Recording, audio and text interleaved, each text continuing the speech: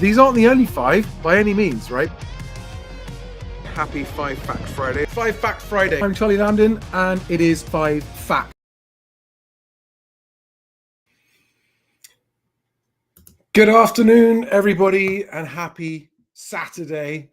And as a punishment to myself, for the first time I've ever failed to do 5 Fact Friday on a Friday, you're getting 7 Fact Saturday. I don't know if you know what that means, where that comes from. That's 7. 1, 2, 4, 5, 6, 7, 8, 9, 10. Old story. Never mind. What an immensely big week it has been in housing market news. They rarely get bigger than this week. Right. This is going to be a long one. Let me quickly get through the headlines for you. So, in no particular order, the 7 facts. Zoopla's house price index came out, but got eclipsed by the news that Zoopla itself is being put up for sale. We'll have a quick look at the Zoopla house price index because their yearly house price growth figure is half what all the others are. And that's relevant when we come on to the Financial Times story I'm going to come on to in a minute. So that's fact number 1. Zoopla's up for sale and the house price index is out. Nationwide's house price index also came out in the last week, showing that in March, their average house transaction value came down by 0.6%. Bank of England published its new purchase mortgage approvals. And because all of the headline writers only ever look at seasonally adjusted and not the non-seasonally adjusted, those two stories are completely different. And some people go, oh, our mortgage approvals came down in March, but that was probably because people... No, they didn't. They went up. They went up a lot. Not a single person out there has reported that the non-seasonally adjusted, in other words, the actual mortgage approval figures went up significantly in March. I'll give you the full breakdown on that and what it means. Although those went up, that's fact number 3. Bank of England house purchase mortgage approvals went up, not down, as reported in the media. HMRC reported March transaction volumes, and they were almost 100% up on March last year. They were almost double. Now, seasonally adjusted, they reported was 104%. Actual was 89%. But let's call it almost double. But that's total house transactions in March. But mortgage approvals were only up 10% on the previous year, telling us that almost all of the spike in transactions in March came from cash buyers, not mortgage buyers. Interesting. We'll look into that in a second and what the implications it has for housing transactions. Fact number 5, the Financial Times just this morning has reported the end of house price growth with a couple of very, very big statements in there, which I will read out to you.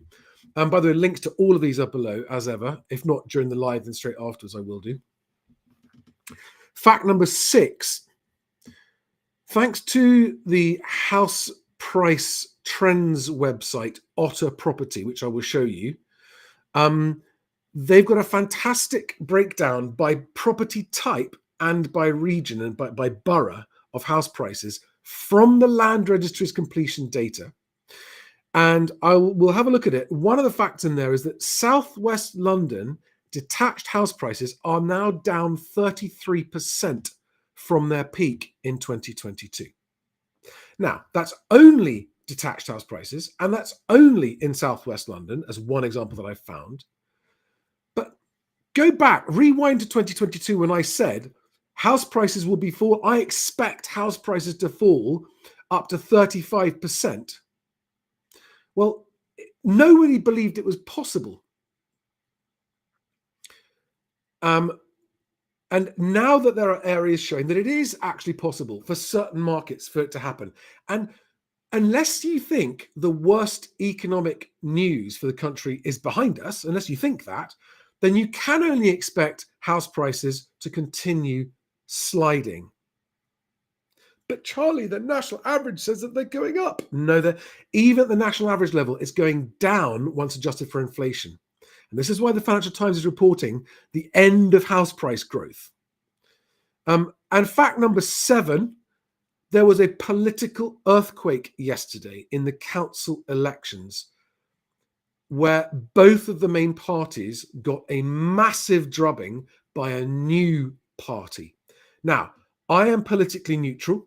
I always have been. I always will be. I will always vote for whichever party has a combination of the best policies and the best people to make the biggest difference to the largest number of people. That's what I always base my vote on. Never on ideology. Never on ideology. Always on which party has best policies and best people that will deliver the biggest improvement in life for the largest number of voters in the country. And that's why I always vote differently. What's happening here, ignoring party politics, is the biggest threat to the two-party system in 100 years. It cannot be overstated. And given that the housing market and the reason that you can't afford a home or can't move home and all of the difficulties you face in the housing market, including housing costs, is down to politics more than any other factor. This is massive news for the housing market. Even though it may not have any immediate impact, it is the biggest news for the housing market. This challenge to the two-party system has the potential to be the biggest news for the housing market and for housing in general and quality and standards of living of anything else that's happened in our lifetimes. So those are the top 7 facts and figures, right? Now, I'm going to go through each one of those in detail. That's taken me 7 minutes to get through the first 7 facts just as a headline.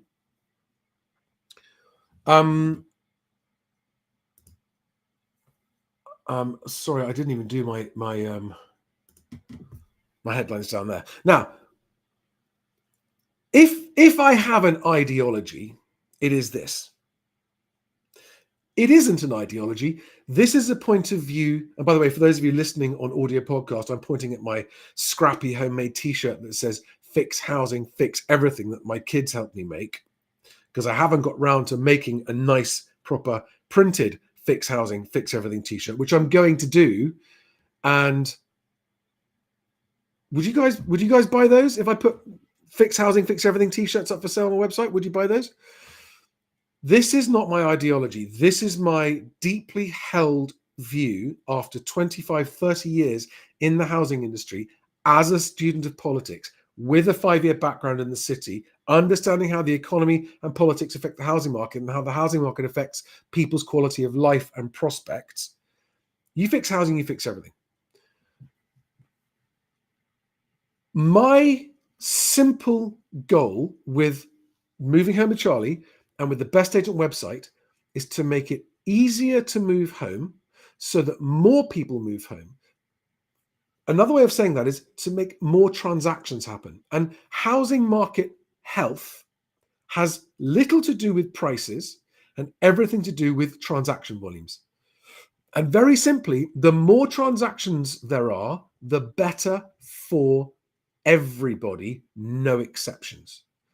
So if we can all get behind one ideology, whatever our politics, whatever our other beliefs in life, the one ideology I would love to get everyone behind is that if you fix the housing market so that people can move home more easily, then you fix a lot of other problems, both social and economic problems. I think my camera's overheating because of the sun. Just a second, guys. Let me see if I can get it in the shade. There we go.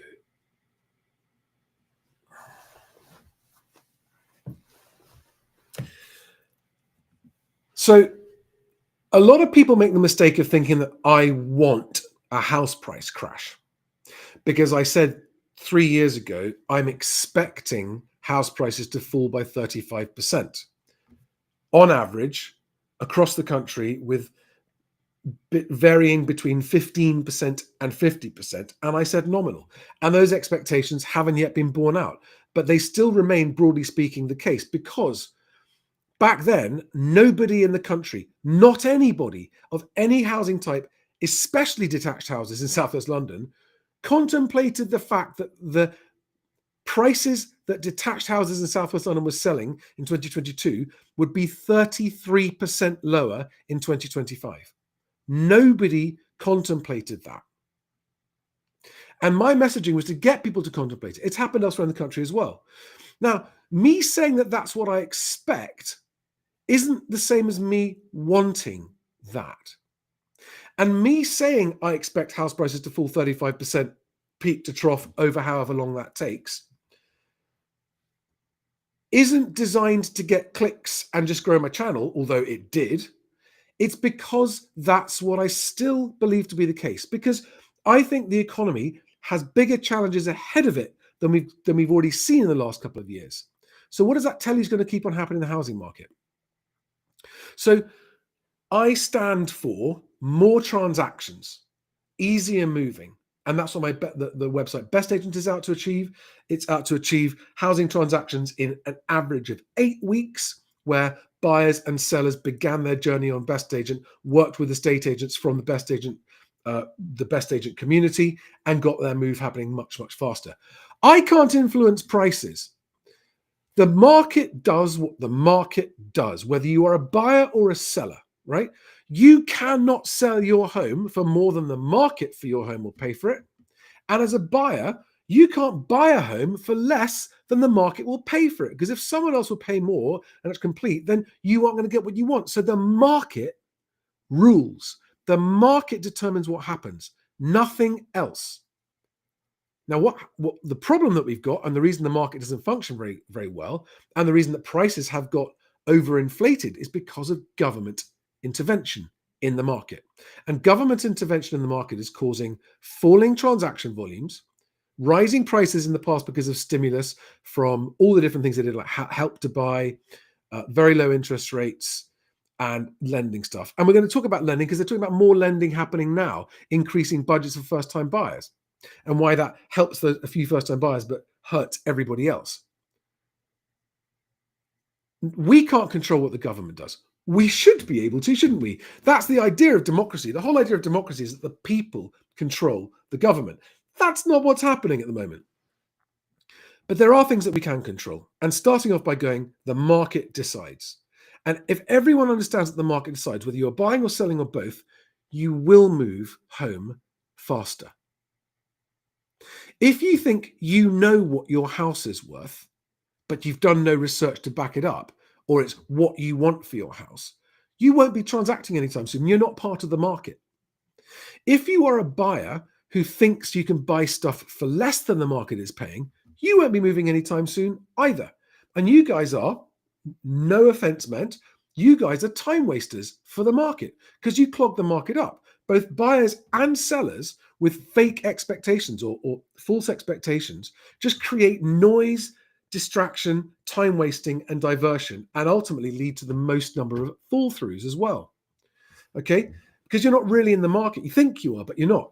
And that's the whole concept of Best Agent, is to get people to understand the market, not your estate agent, not your surveyor, not your mum, not your dad, not your mate who's in the city, not your mate who's an estate agent.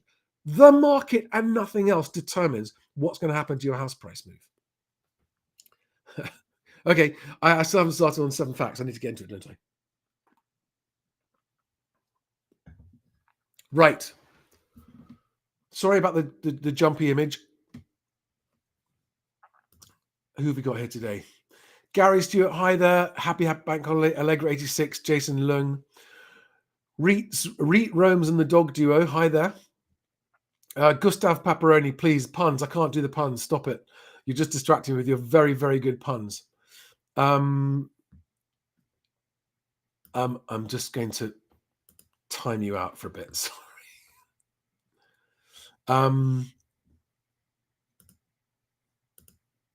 Who else do we have here?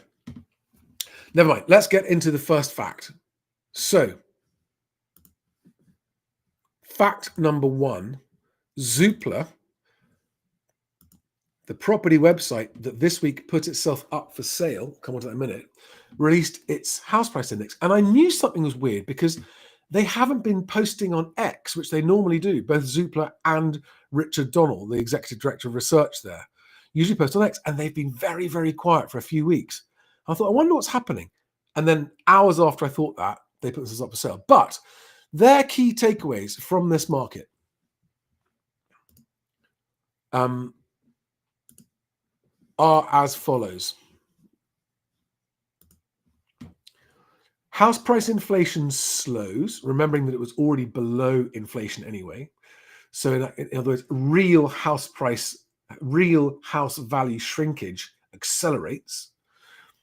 They've said that UK house prices increased 1.6 in the year to March. So let's remember that the others are all saying much bigger numbers than that. Zoopla says a smaller number year on year. Rightmove is even smaller at 1.4% year on year. This is a weird time, right? That's got to be weird. Normally these sites are the ones saying they're 10, 12, huge percent. Why is Zoopla so much lower than the others?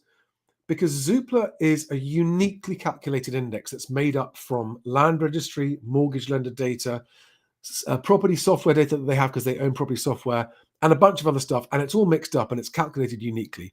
And in my mind, Zoopla is the least inaccurate of all of them and goes to the greatest lengths to provide accuracy. But it is still a national average, which is still useless for all of us. Buyer demand is only 1% higher than last year. That is interesting because Rightmove said it was 4% higher than last year, didn't they? Only 1% higher than last year. And supply of homes is 12% higher than a year ago. Rightmove said, I think, 11%. But there you are. The basic supply and demand metrics of buyers and sellers. There are 12...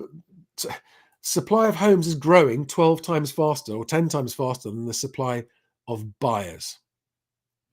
Please, sellers, factor this into your equation. There have been the highest number of homes for sale for some time now, the highest number of homes for sale for 10 years. And that's been the case for some time, and that's increasing. Sales agreed is 6% higher than last year. That's welcome, but nowhere near what it could and should be. Relaxation of stress testing of mortgage affordability by lenders could boost buying power 15 to 20%. Now, this is further evidence for those of you who think that, house prices are just supply and demand. No, it's supply of finance and supply of houses. Okay? It's weird. It's not like any other market. It's supply of finance and the cost of that finance and how restrictive that finance is. If suddenly first-time buyers can borrow 20% more than they could before, what's that going to do to house prices? It's going to move them up at the first-time buyer level, even though there are no more buyers.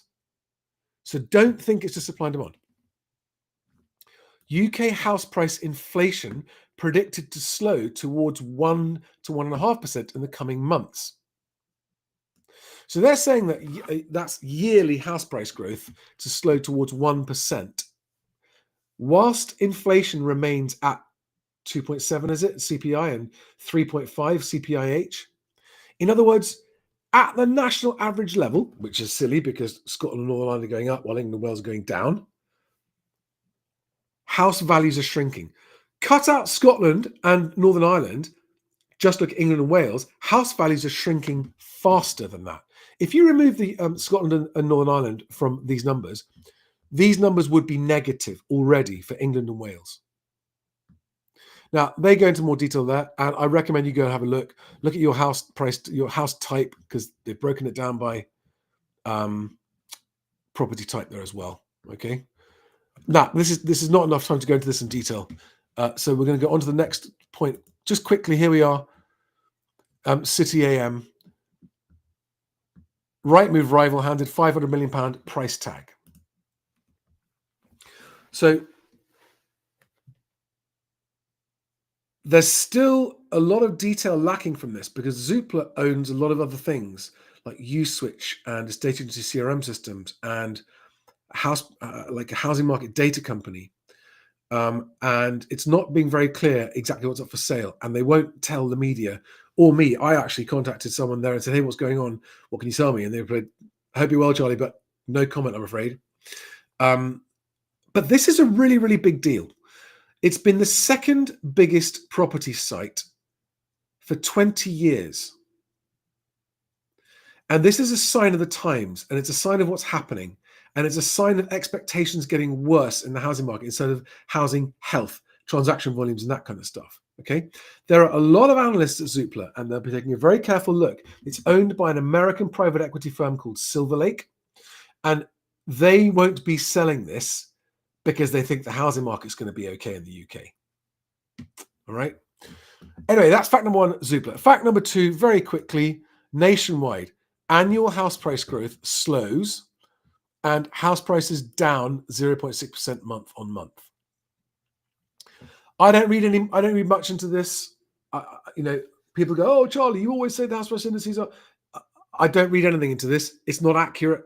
I'm just saying it's interesting that that's what their data is telling them this month. It's a tiny portion of the market. It is mortgage properties only. And remember, in March, as I will show you in a minute with the bank stats, the vast majority of transactions in March were cash, not mortgage. And this is Nationwide's own book. It's only the mortgages that they lent. Okay, so this is a very, very small sample of the market and isn't indicative of the whole market as a whole. But nevertheless, it's worth watching because it gets reported. So that's fact number two. Fact number three, Bank of England mortgage new purchase approvals. Okay, let me just recap something for everybody. Let me recap the difference between seasonally adjusted and non-seasonally adjusted. Let me just hide my logo there for a minute. So what you can see here on the screen, I hope, is the seasonally adjusted total mortgages, including remortgages for the last since the beginning of last year, so about 15 months. That's seasonally adjusted, and this is the same thing, not seasonally adjusted. Seasonally adjusted, not seasonally adjusted. And whilst seasonally adjusted has a value and a purpose and is worthwhile being aware of, when you're trying to tell what's happening recently, like what happened this month compared to last month and what's different, you need to look, and I'm speaking here to all of the journalists that just headline seasonally adjusted headline and think that that's what's happening when it's not. Because when you report what happened in March, it isn't what happened in March if it's seasonally adjusted. You have to show the non-seasonally adjusted numbers to report what happened in March. So this is not seasonally adjusted, and that's again for all house purchases and remortgages and other lending secured on dwellings. But let's get to new purchases only.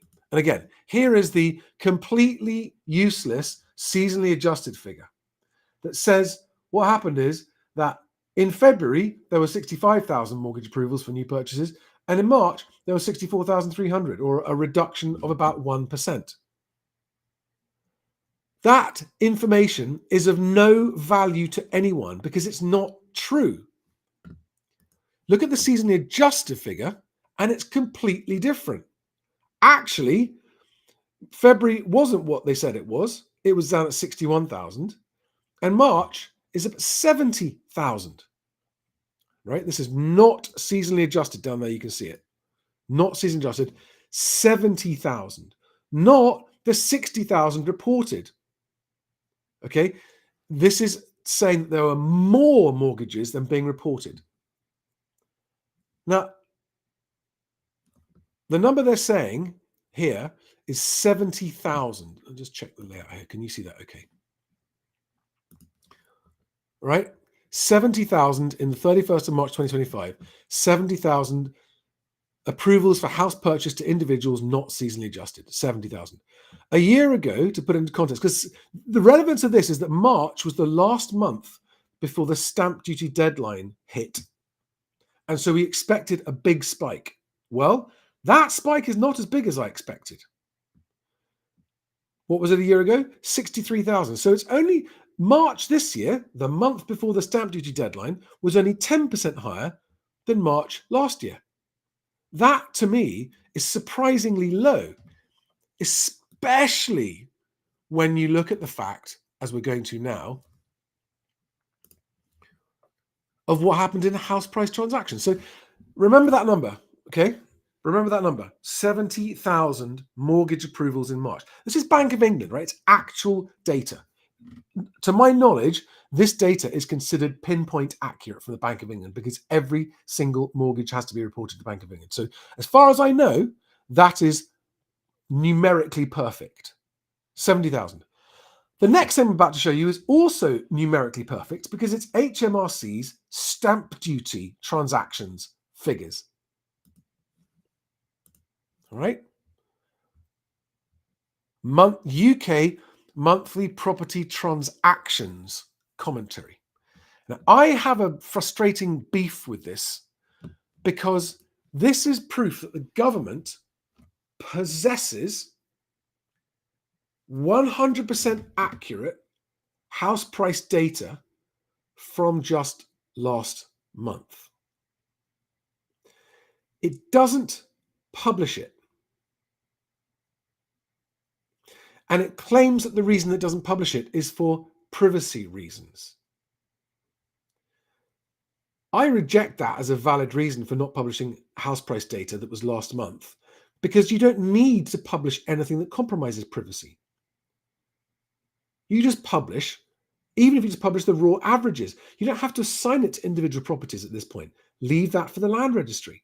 But you can publish the transaction prices so that they can be cross-checked with property types, unique property reference numbers, all kinds of stuff. That information would shine the spotlight of transparency into the housing market and unlock transactions very quickly for a large number of reasons. Now, let's look at the actual numbers. Remember on the previous screen, 70,000 transactions with a mortgage in March. And again, let's look at the non-seasonally adjusted, right? For the actual, it's 89% higher than March last year. 164,000 transactions. 70,000 of those were with mortgages and 165,000 were total. So we've got 95,000 cash transactions.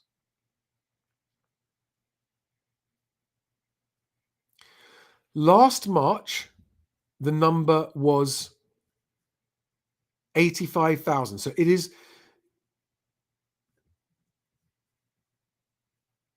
it's a wild spike. And here again, look, 80% higher than February. So just month on month, it was 80% higher than February. Okay. And the number of transactions. So this tells us that most of the people who rushed to beat the stamp duty deadline were cash buyers. And that makes sense, doesn't it? Because if you're borrowing a mortgage, using a mortgage to buy a house, the stamp duty, it's a larger proportion of your deposit. But because you're not investing 100% of your own cash into the purchase, you're leveraging to do it. It's actually, for people who are buying cash, it's a significantly different equation. And that's why, and it's especially with landlords, because the stamp duty for landlords went up painfully on the 1st of April.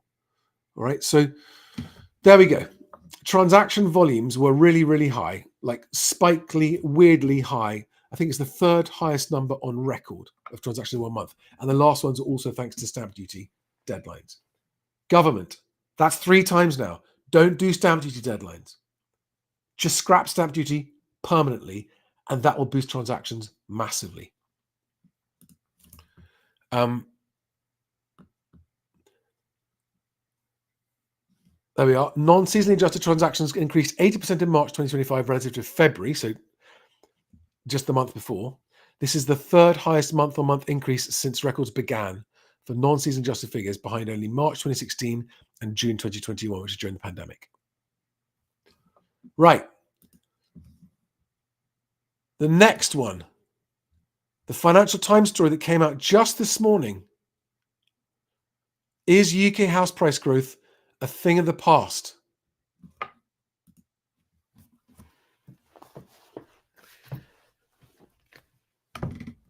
This article corroborates and vindicates and validates everything I've been saying for the last 2 years. So to all of you, and I know it's the minority of you, but to all of you who were watching me 2-3 years ago laughing, I blow a raspberry at you, sir, madam, whoever. Okay? I don't have an agenda other than to help people move house more easily. If people know what's happening in the housing market, they can move more easily. The housing market doesn't tell the public what's happening in the housing market. So when I come out and start saying what's actually happening in the housing market, and it conflicts with what the housing market is saying, I'm going to get attacked. That's what happened. This article vindicates it. Now, I want to go through this in a little bit of detail because it's really important to those of you making financial decisions with your house buying. Let's just get into this. It's really important.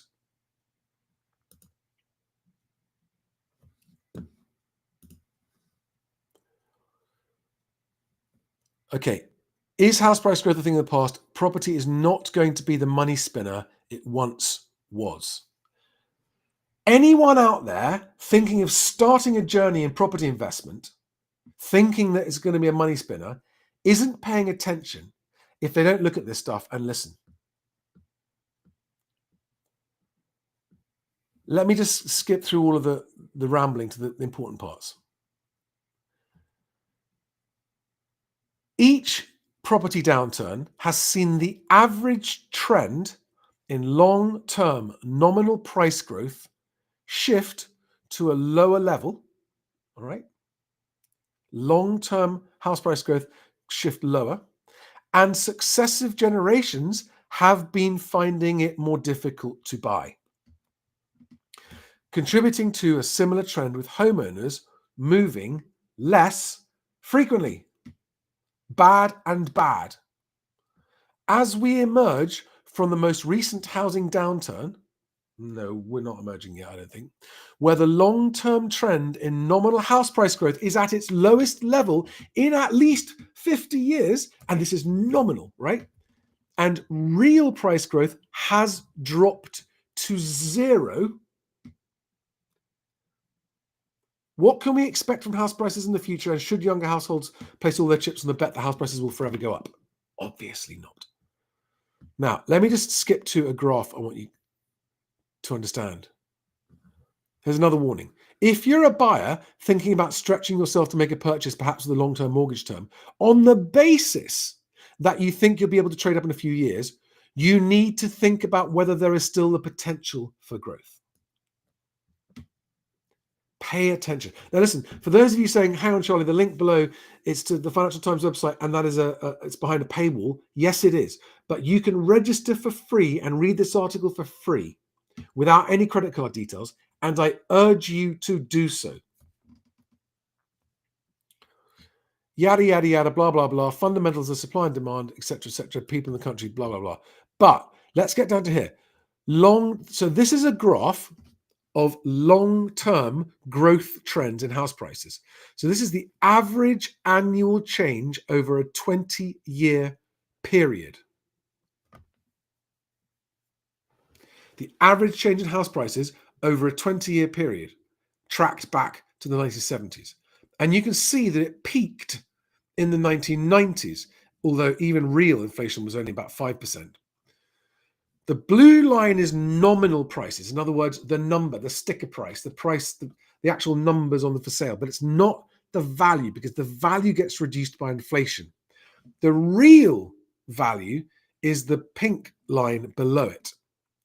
And down at the bottom, you can see that's zero on the left-hand axis. And what you'll see is that in the late 90s, it got close to zero, but still stayed above zero. But here we are in 2025, and it has reached zero. And this is slightly lagged data, and it will continue, in my opinion, to stay at zero or go lower. So for those of you, I want you to look at this graph. For all those of you who believe that house prices double every 10 years, look at this graph. And understand that you have been brainwashed if you believe house prices double every 10 years, right? That graph is crystal clear. That's actual house price growth over long term, because I'm talking about the long termers, not the house price crash, yes or no. The people who go, oh, but John, in the long term, in the long term, in the long term. Well, look at that. In the long term, over 20 years, real house price growth is 0. Let that sink in, please. Over the last 20 years, adjusted for inflation, house price growth is 0.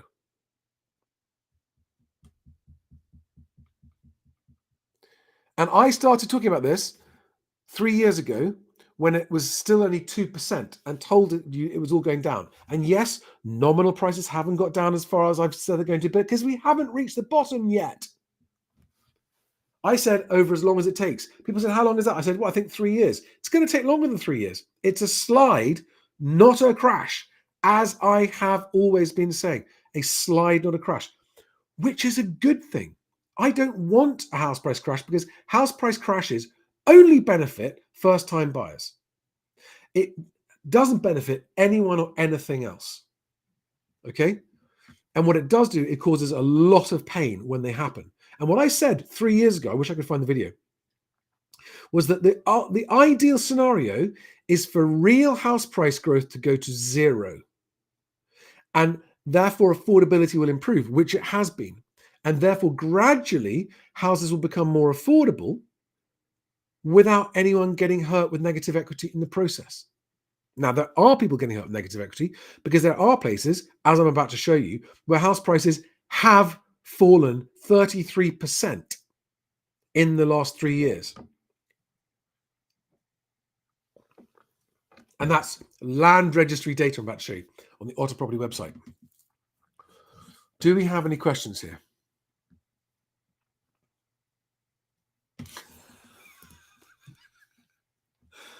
Is Charlie's t-shirt words written in blood? That's a great question. No. I would, though. I would. That's how committed I am to this cause.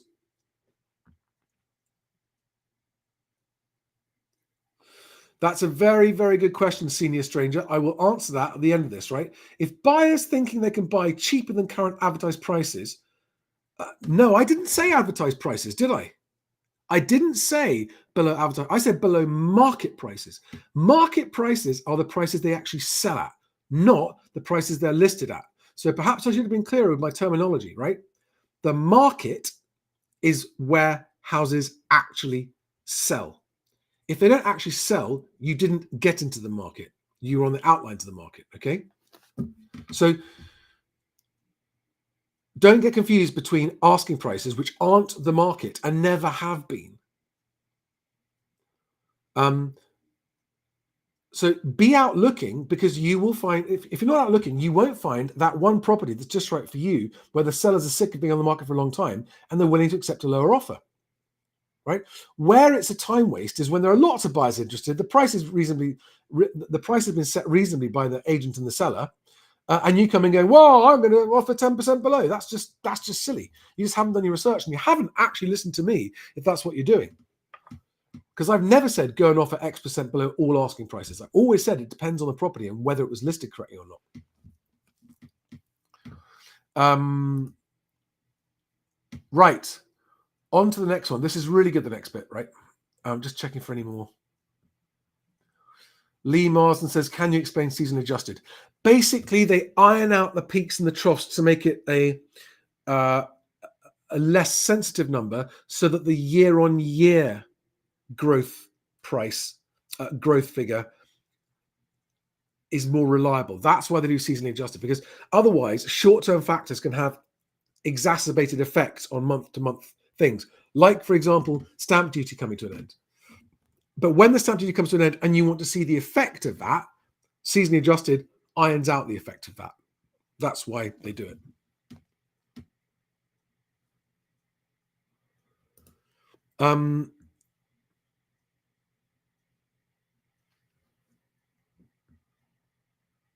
Patasi Paul, SJ, hi there.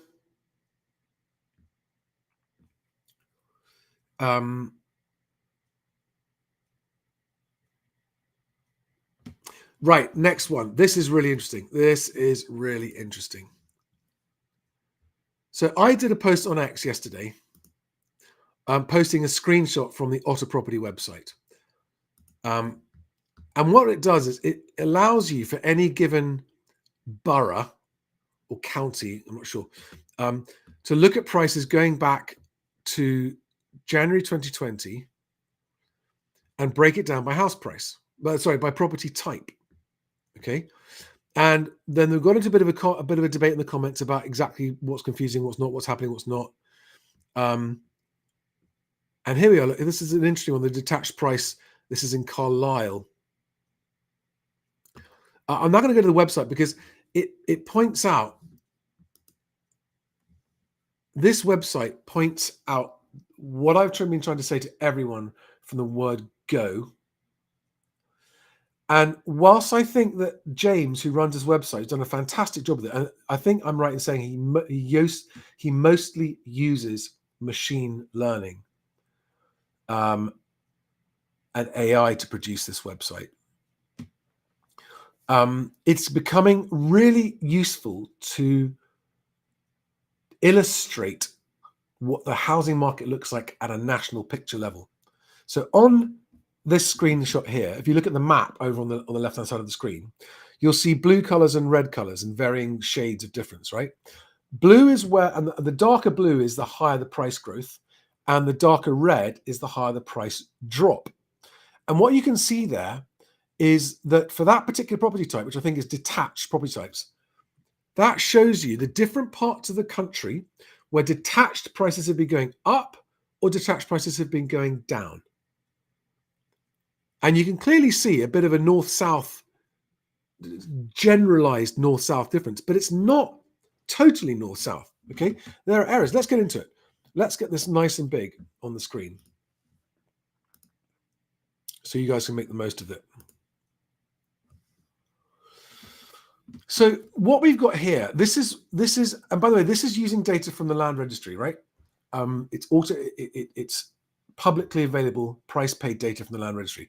So although it's got March 25 down here, that's actually reporting, that's the most recently reported, the volumes are low, and it is slightly lagged. It's not what prices completed in March, it's what they reported in March, which is from a few months earlier. So there is a little bit of a lag to this.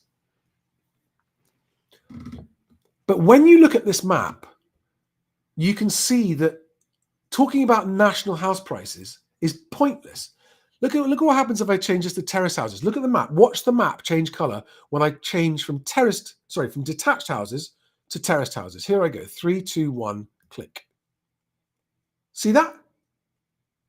Terraced houses, detached houses. Terraced houses, detached houses.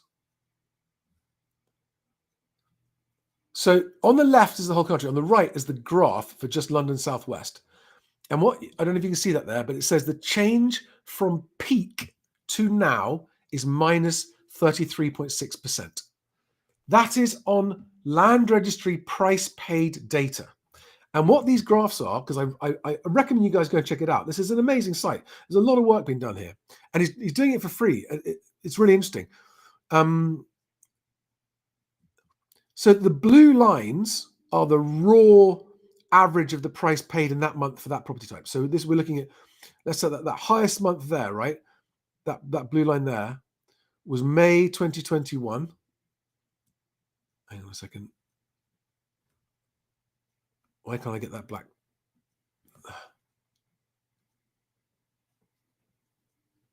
Get in there. Here we are.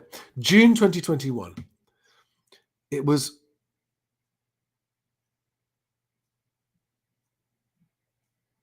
so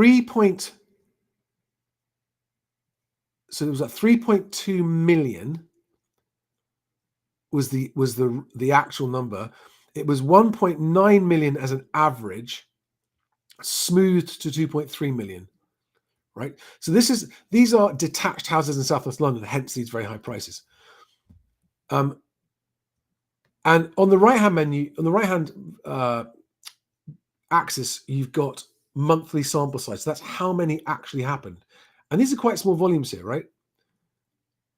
So the blue line is the volume. Sorry, the blue line is the volume of transactions. That's how many changed hands. Okay. But these are tens of properties per month, not large numbers, but it is all of them, right? Because it's land registry. Detached prices in Southwest London are now 33.6% lower than their peak. And the peak was January 2022, we now know. And February 2022 was when I put out the first video saying, I think we've hit the peak. And that data wasn't available then.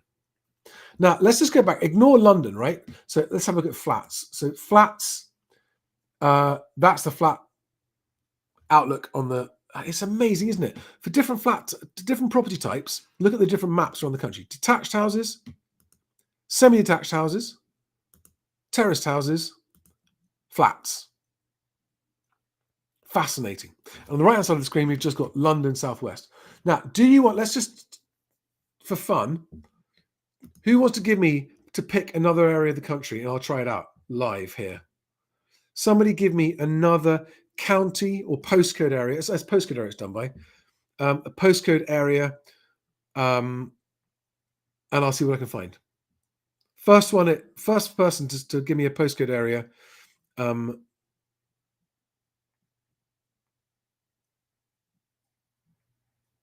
know there's a bit of a delay, but come on, someone give me an area. Otherwise, I'm going to pick one at random myself. I'm going to pick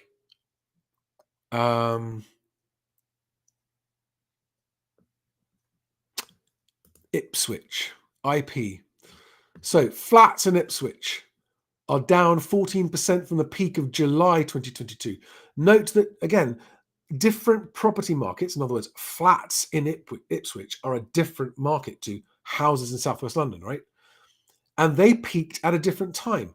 They peaked 7 months later. They're down 14% in Ipswich. Terraced houses are down 5% in Ipswich from the peak of September 2022. Yet again, a different timing for the peak. Semi-detached houses are down 4% from the peak, not very much, but the peak was August 2022. Detached houses are down 5.8% from the peak, but that peak, weirdly, was later than all the others. It was March 2023. Do we have anyone? Do we have any? Oh, here we are. God, there's obviously a real delay on the live chat for some reason. Sorry. I need just a postcode, just the first part of a postcode. I'm going to pick. All right, let's have a look at Manchester. Let's have a look at Manchester. Manchester detached houses. This is land registry data, okay? Down 1.4% from the August 2024 peak. So it peaked actually last year. Can you see? Every market is different. And that's why the only reason, the Financial Times article says this, the only reason they publish house price data every month nationally is for PR. The national average doesn't correlate with any of this. Detached houses in Manchester are down 1.4% from the peak of August last year. Semi-detached are the same as the peak, which was March 2020. So semi-detached houses in Manchester are actually at their peak now. And they're 5.2% higher than a year ago. Semis in Manchester are... This kind of makes sense, right? Because people are moving up to Manchester from London. Terraced houses, okay, they're 0.2% down from January this year, but otherwise they're close to their peak, and they're 4.5% up on last year. And flats, okay, Manchester flats is a very, very different story. They are 13% down on their peak, and the peak for flat prices in Manchester was 2021, December 2021. Right, January 2022. So around about the same time as detached houses peaked in London, flats peaked in Manchester. It just makes no sense to generalize the whole country what house prices are doing. And if anyone ever says, oh, house prices are going up or house prices are going down, either way, they are talking patent rubbish. You cannot generalize like that. You can say that the country's housing stock as a whole, that's a different thing, but that's not house prices. That's different. Isn't that fascinating? And then Manchester all. Okay, so Manchester is 4.8% as a whole across all property types, up on 12 months ago. And prices peaked. Prices are at their peak now in Manchester. So DL Darlington. Darlington, 12% up on a year ago. All property prices. Let's break it down. Flats in Darlington are 11% down from the peak of 2020. Another completely different time to peak. January 2020, Darlington flats peaked. And they're down 11% from that, but they're 5% up on last year. Terraced houses in Darlington, they're close to their peak now. 13% up on a year ago. Semi-detached houses, close to their peak now in Darlington. 5.8% up on a year ago. So Darlington is its own market. I mean, every single one. And detached houses, 4.5% down from the peak, 0.5% down from a year ago. All right, I think I've made guys, the link is below to Otta Property if you want to go and check it out for yourself. I really recommend you do. I really, really recommend you do. It's slightly lagged. It's not telling you what's happening today. But what's really valuable about it is it's based on cold, hard, raw data from the Land Registry's price paid data set. It's broken down by property type, and it's broken down by region, and it illustrates very, very clearly that every single housing market for every single different property type is a different market in every different part of the country, right? So important. Right, guys. I've been going nearly an hour. There are more questions there, but I'm going to have to come back to them if I have time. I want to go on to the final point. Fact number 7. The election results and what they mean for the housing market. What they mean for the housing market is significant political turmoil between now and the next election.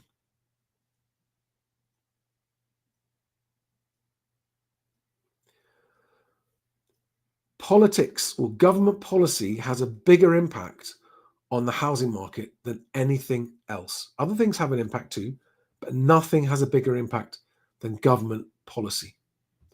And if we are looking at a change to the two-party system that's been in place for 100 years, since Labour wiped out the Liberal Democrats, I don't know what that means other than political uncertainty. It probably means that a lot of the changes that this government was hoping to get into place before the next election are now less likely. Probably. That's not a prediction. That's my guess at the moment. Because what's going to happen is, as the Labour Party and the Conservative Party come to terms with the fact that the country's had enough of them both, just had enough of them both, they're going to go into internal meltdown and leadership changes, whatever might happen. I don't know. And by the way, guys, as far as I'm concerned, the Liberal Democrats, even though I voted for the Liberal Democrats the last election, I mean, I really had to hold my nose. I voted for them based on their housing manifesto. They are part of the same problem. The Liberal Democrats are part of the same establishment as the Tories and the Labour government, in my opinion.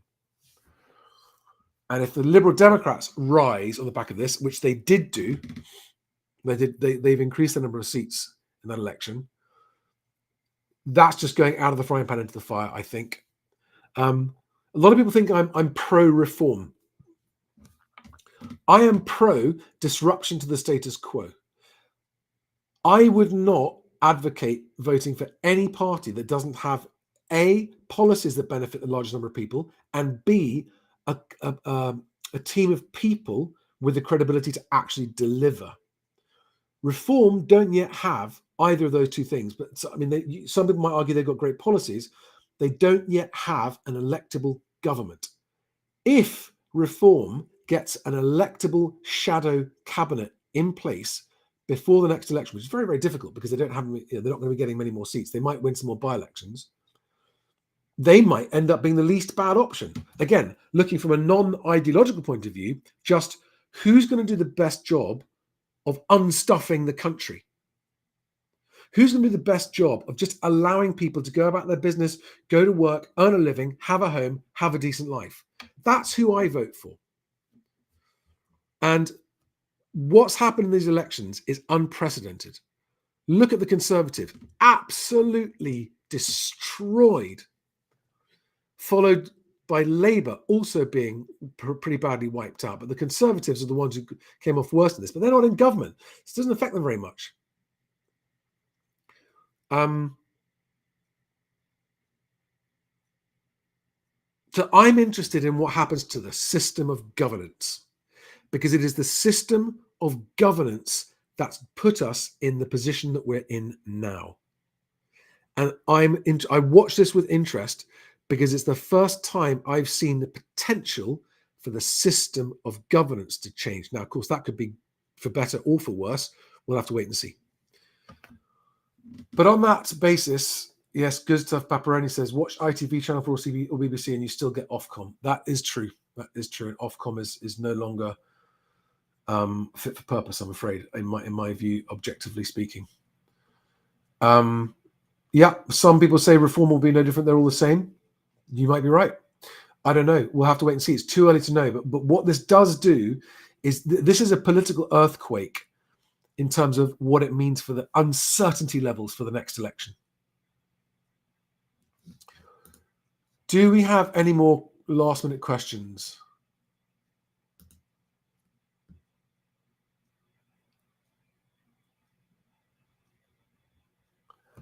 Guys, the links, if you're watching this on YouTube, look in the description below the video on YouTube and you'll find the links to everything I've showed in this video. Okay? And the Otta Property link, just look up Otta Property. Otta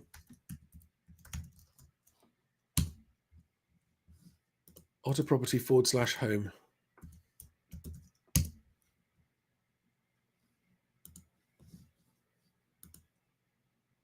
I think doing this video has crashed his site. I'm sorry to say. I think there's already so many of you using it. It's just a small, privately built site. So check it out when you can. And James, if you're watching this, apologies for crashing your website. But it's for good reasons, hopefully.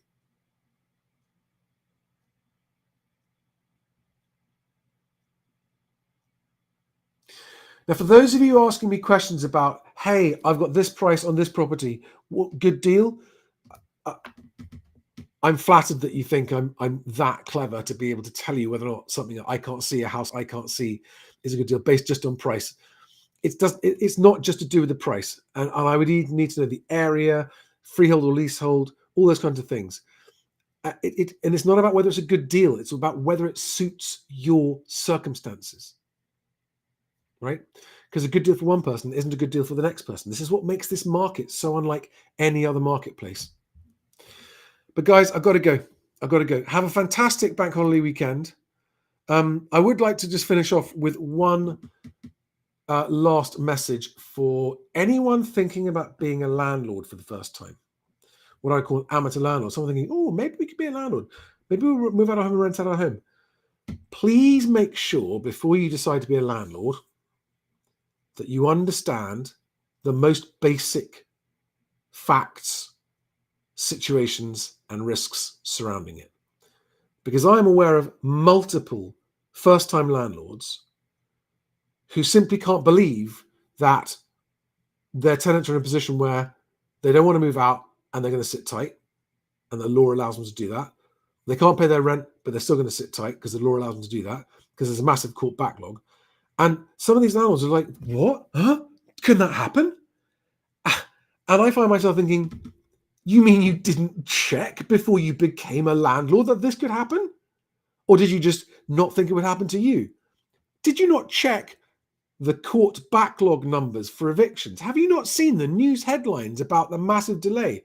Have you not seen the news talking about Section 21 evictions being banned, but the problem with that being that there's already an unmanageable backlog of those? Have you not paid any attention before deciding to rent out a valuable asset to people, to total strangers? Honestly, it really is nobody else's fault if you find yourself in that situation as a landlord when you didn't bother to just even do the most basic risk checks of what you were going into. Have a great weekend, guys. See you in the next one. And if you want to find me and you want any help from me, and thanks to those of you who've been booking videos, one-to-one videos with me, booking into next week now. If you want to find me, it's mhwc.co.uk. And I'm going to leave that on. There we are. If you're new here, look for Charlie's 10 golden rules for home buyers and Charlie's 10 golden rules for home sellers. Just search it and you'll find those videos. Start there. Otherwise, if you're a seller, remember, don't overprice because you won't sell. And if you're a buyer, don't overpay because you might get yourself into a problem that you can't get out of. Have a great weekend.